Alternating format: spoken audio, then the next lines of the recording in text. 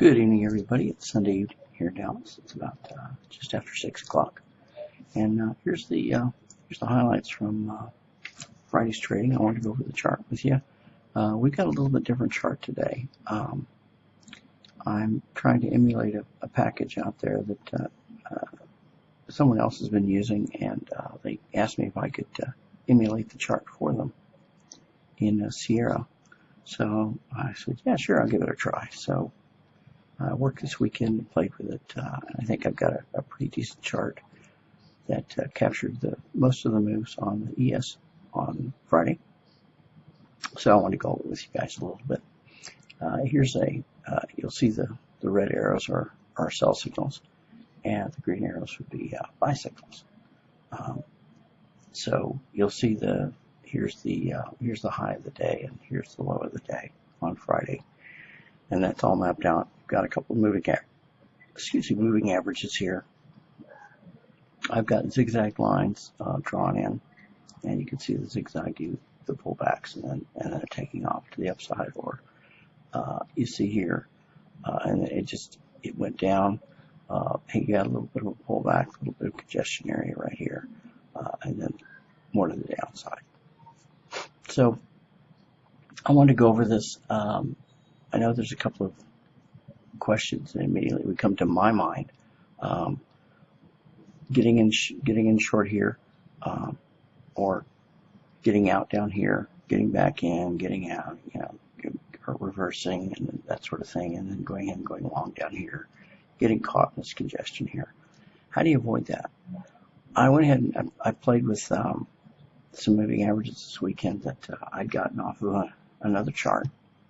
And they're using an unusual type of moving average called a Wilder's moving average. Well, I'm not exactly sure if they're using it. That's something that worked out the best for me when I started messing with this thing. I'm going to warn you, I've only played with this for Friday. I have not played with this for anything else. So I do not know whether it would work out well for real trading. Still want to play with it. I want to play with it on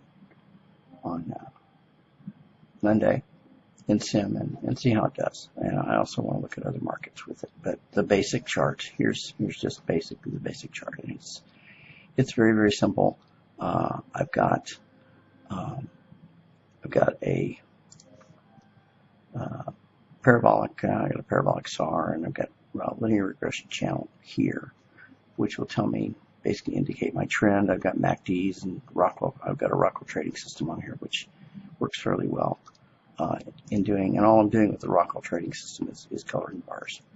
The MACDs are giving me buy-sell signals down here. I'm going to buy here, and I'm going to sell there, and I'm going to buy down here. And I'm looking at those just for confirmation. The MACDs are a little bit, well, quite a bit different than anything you'll see.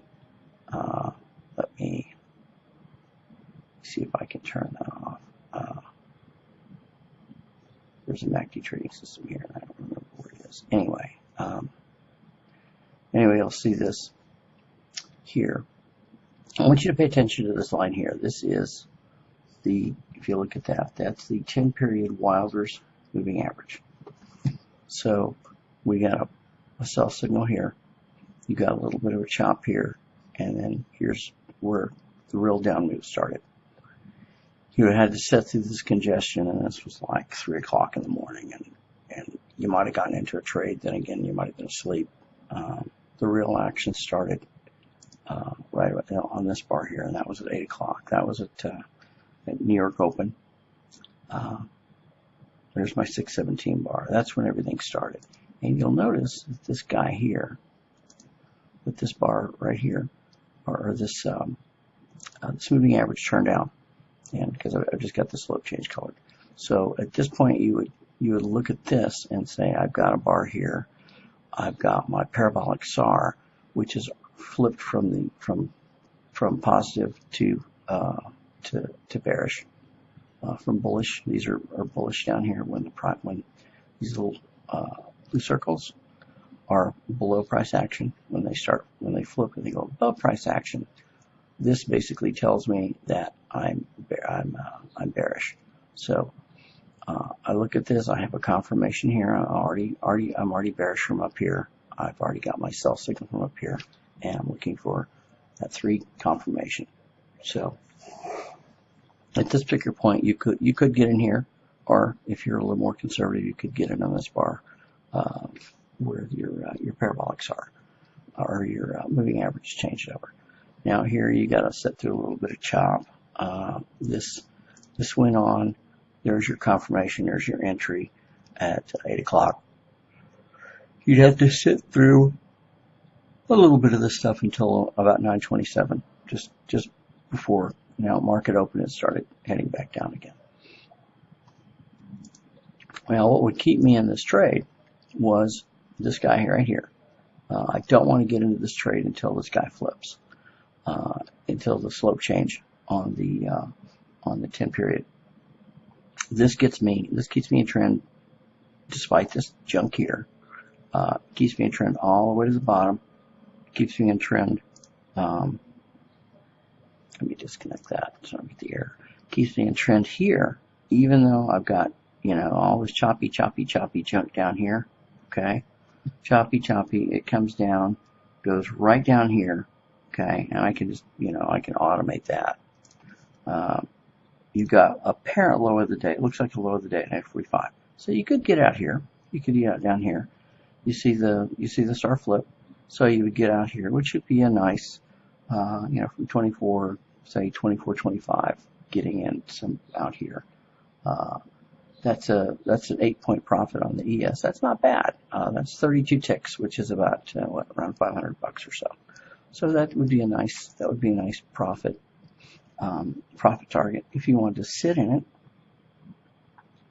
just automate the trade. If you wanted to just sit in that, wait for the flip. Here's your flip. Here's your arrow. Down here you could get out. Here's your flip to say the market's going long.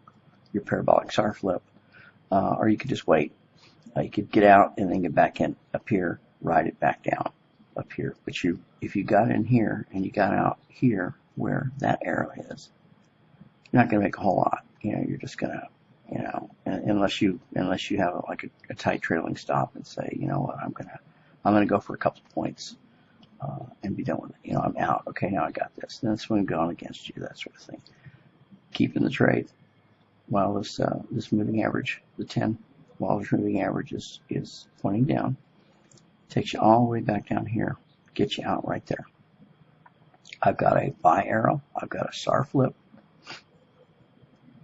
And I've got that 10 Wallers moving average slope change. So I get out of the long, or get out of the short trade, get back into the long. Here's my long. Here's my pullback to that 10, which looks, if you put an 89, I don't think I've got an 89 EMA on here, but if you put an 89 EMA on the chart on Friday, you'll see that price action this is very roughly corresponding to an 89 EMA. You're still pointing down. You see the price action pulls back to it, pulls back to it, pulls back to it, pulls back to it. But it doesn't change until here. Okay. Once you have that slope change penetrates, you're going back upside. So you're getting out right down here, going back on the long, or you could just wait until the pullback. Wait until the pullback right here if you wanted to. It's kind of maddening to lose that and then pull that back, but however you guys want to play it. Some people would want to wait for the pullback. They've got it built in their trading plan to not take a trade, wait for the pullback, and that's not a bad strategy at all. Well, a fair number of people have that, and it works. It actually works quite well. So you've got a pullback here, down here to this point. You get back into the long. You wait. You ignore the SAR flips. We're still upside. I've got a flip here. I've got but I don't have any signals. I don't have a signal to say get me out. So I'm not having any confirmation. If we look at this guy, the trend is still up at this particular point. So the trend is up. So I follow this guy up. Here's if I had gotten out down here, for example, get scared, got out. Here's another indication. Here's another. There's your parabolic SAR flip. your 10 SMA is pointing up, and you got a buy arrow. So you could get back in there and just ride it right back up. If you could stay in the market after regular trading hours, there's your last candle. You would have gotten out right in here somewhere, and then ridden it up, and then just waited.